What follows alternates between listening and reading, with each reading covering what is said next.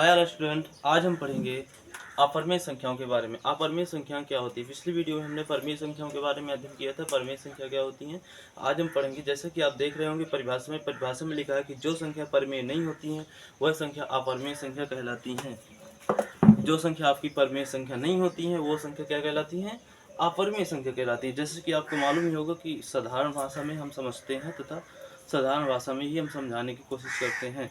तो जैसे कि आपको हम ये भी बता दें कि पिछली वीडियो में यदि जैसे परिमेय संख्या हो गई, वास्तविक संख्या हो गई, या फिर अन्य कोई संख्या हो गई, पूर्णांक संख्या, पूर्ण संख्या या प्राकृत संख्या, या फिर अन्य कोई संख्या जिसके बारे में आपको साधारण भाषा में जानकारी प्राप्त करना है, तो उसके लिए आपको पिछली वीडियो में जाना पड़ेगा।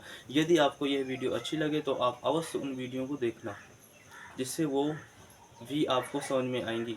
तो चलते हैं बिना किसी देरी के अपरिमेय संख्याओं के बारे में। अपरिमेय संख्या किन्हें कहते हैं उनके बारे में अध्ययन करते हैं। तो इतना तो समझ लेते हैं कि जो आपकी बुक में परिभाषा दे रखी है, बुक में क्या परिभाषा दे रखी है? बुक में ये दे रखा कि ऐसी संख्या जिनको हम p/q के रूप में नहीं लिख सकते हैं, या फिर वह संख्या जो परिमेय तथा वो संख्या जो परिमेय संख्या नहीं होती है, ऐसी संख्या आपकी अपरिमेय संख्या कहलाती है। लेकिन हमें अभी ये परिभाषा समझ में नहीं आई, तो इसलिए हम अब विस्तार से समझेंगे। तो देखो, हमने कल उस दिन बताया था, यदि आपने पिछली वीडियो में परिमेय संख्याओं के बारे में अध्ययन किया हो, तो हमने कहा था कि परिमेय संख्या यानी कि p/q में आपका जो q होता है वो 0 के बराबर नहीं होना चाहिए। एक चीज़ हमने नहीं बताई होगी, यदि वहाँ पर देख लीजिएगा आप, p तथा q, या फिर कह सकते हैं कि p और q पूर्णांक संख्याएं होती हैं। कौन सी संख्याएं होती हैं? पूर्णांक संख्या है।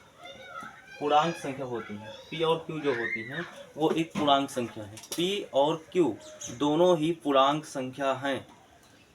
ठीक है, इतना आपको मालूम होना चाहिए। और हमने ये भी बताया था कि परिमेय संख्या के मात्र दो ही दुश्मन हैं। एक हो गए अंडर रूट के अंदर अभाज्य संख्याएं, और दूसरी हो गए जिनके नीचे कोई नहीं, जिनका सहारा कोई नहीं, वो। ये दो प्रकार की संख्याएं होती हैं जो आपकी परिमेय संख्या नहीं होती हैं। तो यही दो प्रकार की संख्याएं आपकी अपरिमेय होती हैं।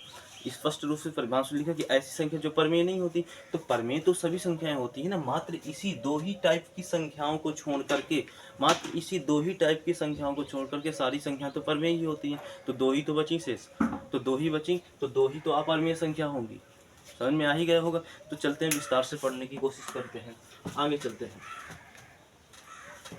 तो देखो, ऐसे जिनको हम p/q के रूप में, यदि आप मैथ की परिभाषा में देखेंगे तो मैथ की परिभाषा में आपको बता रखा गया है कि वह संख्या जिनको हम p/q के रूप में नहीं लिख सकते हैं।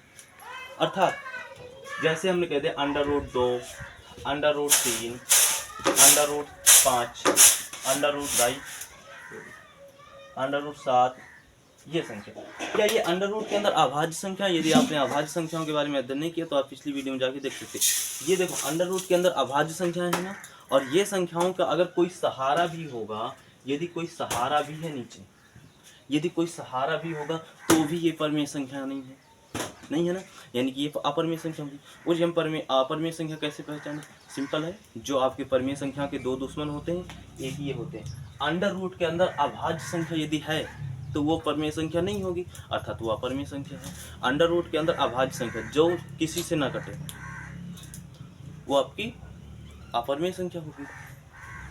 ठीक है, तो फिर आप एक क्वेश्चन और होगा आपके पास कि 6, अंडर रूट 6 एक अभाज्य संख्या नहीं है। ये 3 से कटती है, 2 से कटती है, तो ये अभाज्य संख्या। हमने क्या कहा कि अंडर रूट के अंदर जितनी भी अभाज्य संख्याएं होती हैं वो आपकी परिमेय संख्या नहीं होती है। लेकिन ये तो अभाज्य संख्या है ही नहीं है, इसका मतलब ये अपरिमेय संख्या नहीं हो सकती है। अभाज्य संख्या होगी तभी होगी ना अपरिमेय, लेकिन ये तो अभाज्य संख्या नहीं है, इसका मतलब ये परिमेय होगी, ये अपरिमेय नहीं होगी। हम कहेंगे ये गलत बात है, ये भी अपरिमेय होगी। कैसे? देखिए, सिंपल सा फंडा है कि वह संख्या जो ऐसी संख्या जो पूर्णतः बाहर निकल आए, अंडर रूट से बाहर निकल आए, अर्थात जिनका क्या हो जाए? वर्ग हो जाए। अच्छा, अर्थात जैसे कि √4 हम ले लेते हैं। √4 के गुणनखंड करो, 2 × 2, देखो जोड़ा बन रहा है ना, ये देखो बाहर निकल आए, यानी √4 आपकी परिमेय संख्या होगी। ऐसी संख्या जो अंडर रूट से बाहर निकल आए वो परिमेय संख्या होती है। और ऐसी संख्या ये ये जो परिभाषा है, ये परिभाषा आपको शायद कन्फ्यूजन में डाल सकते हैं, इसलिए इसको छोड़िए, सिंपल सी है। ऐसी संख्या जो अंडर रूट से बाहर निकल आए, ऐसी संख्या जो अंडर रूट से क्या निकल आए, बाहर निकल आए, वो आपकी अपरिमेय नहीं है। जो संख्या अंडर रूट से बाहर ना निकले, जो संख्या अंडर रूट से बाहर ना निकले, जो संख्या अंडर रूट से बाहर ना निकले। देखो 8 को निकालो, देखो ऐसे आगे कि नहीं आएगा, आगे कि नहीं आएगा, तो यानी कि ये भी आपकी अपरिमेय संख्या होगी।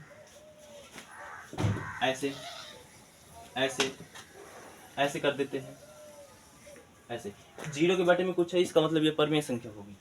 और यदि हम कह दें कि ऐसे, ये भी आपकी अपरिमेय संख्या होगी, ठीक है। तो अपरिमेय संख्या अंडर रूट के, अगर अंडर रूट वाली संख्या आ जाए और उन्हें पहचानना हो कि वो अपरिमेय है या परिमेय, तो उनका आप गुणनखंड कीजिए। यदि उनके गुणनखंडों का सब गुणनखंडों को, जैसे 4 के सभी गुणनखंडों का जोड़ा बन गया तथा बाहर निकल आया, तो ये परिमेय हो गई। और जिनका गुणनखंड करेंगे और वो अंडर रूट से पूर्णतः, कोई तो बिल्कुल भी ना निकली, देखो ये तो बिल्कुल भी नहीं निकलेगी, लेकिन ये निकली है, आधी निकली, कुछ गुणनखंड निकल आए हैं और कुछ गुणनखंड नहीं निकले, तो भी आपकी अपरिमेय संख्या होगी।